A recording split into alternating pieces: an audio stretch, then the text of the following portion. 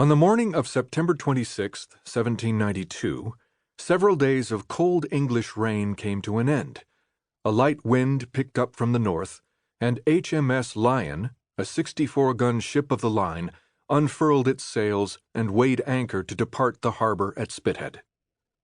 It was a time of peace for Great Britain, and the First Lord of the Admiralty felt he could spare the vessel for a 2-year voyage to China to ensure that Lord Macartney, the ambassador who sailed on board, would arrive at the court of the Chinese emperor in a suitably impressive fashion.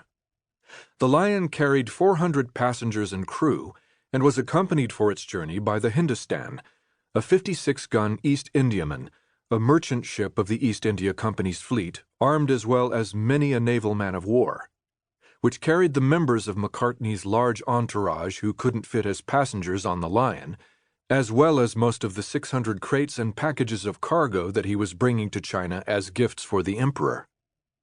If the voyage should meet with success, Macartney would be the first ambassador from Great Britain ever to pay his respects in China. His lone would-be predecessor, a Lieutenant Colonel Charles Cathcart, had sailed from England 5 years earlier but died at sea on the long outbound journey. Macartney had had a long, if somewhat rocky, career as a diplomat.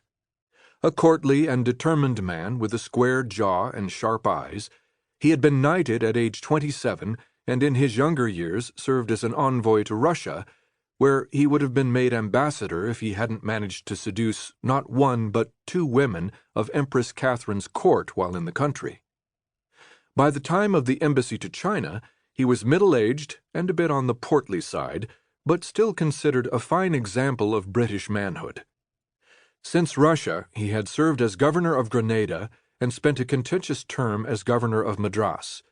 At the end of his service in Madras, he was offered but declined the governor-generalship in Bengal. Macartney was proud and optimistic, and imagined himself fully prepared to accommodate the strange customs and practices of the country to which the king now sent him. In excited anticipation of the oriental splendor of the Chinese court, at least as he had read about it in fanciful accounts and extrapolated from his experiences in India, Macartney had prepared the most colorful and grandiose outfit he could muster, a suit of spotted mulberry velvet, as his valet described it, with a diamond star and his ribbon, over which he wore the full habit of the Order of the Bath, with the hat and plume of feathers which form a part of it. Dressed up like a peacock, he felt certain to make a grand impression in a country that he and most of his entourage, to say nothing of his countrymen, had only ever encountered in their imaginations. Macartney's mission was a joint venture of the British government and the East India Company, the latter of which bore its costs.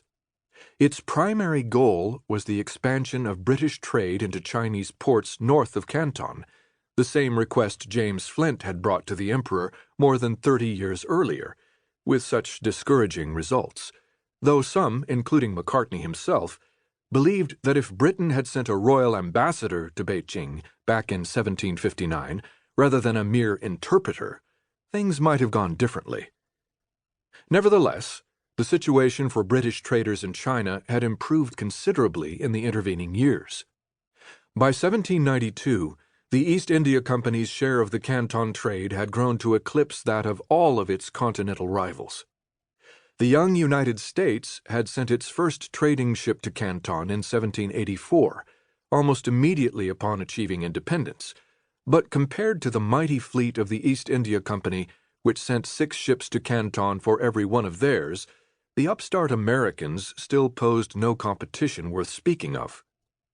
Best of all for the East India Company, in 1784, the British government had dramatically lowered its tariff on tea imports to combat smuggling from Europe, reducing the tax from upwards of 100% to a flat 12.5% across the board, so profits were pouring in.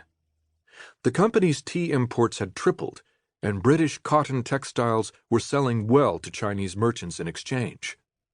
The London Times in 1791 noted hopefully that the China trade was in the most flourishing state.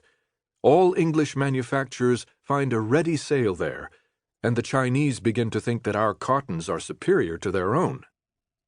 Thus, the company itself was actually quite lukewarm about the embassy. Its directors were comfortable in their supremacy, suitably rich, and deeply aware of precedent, or rather the lack thereof, in their direct relations with the Chinese throne. They worried that any new requests from Britain might be taken as impertinence, offending the emperor and damaging rather than advancing their trade in Canton. But industrialists in northern England were demanding expanded markets for their goods, so an optimistic Home Secretary made sure that the mission went forward against the company's misgivings.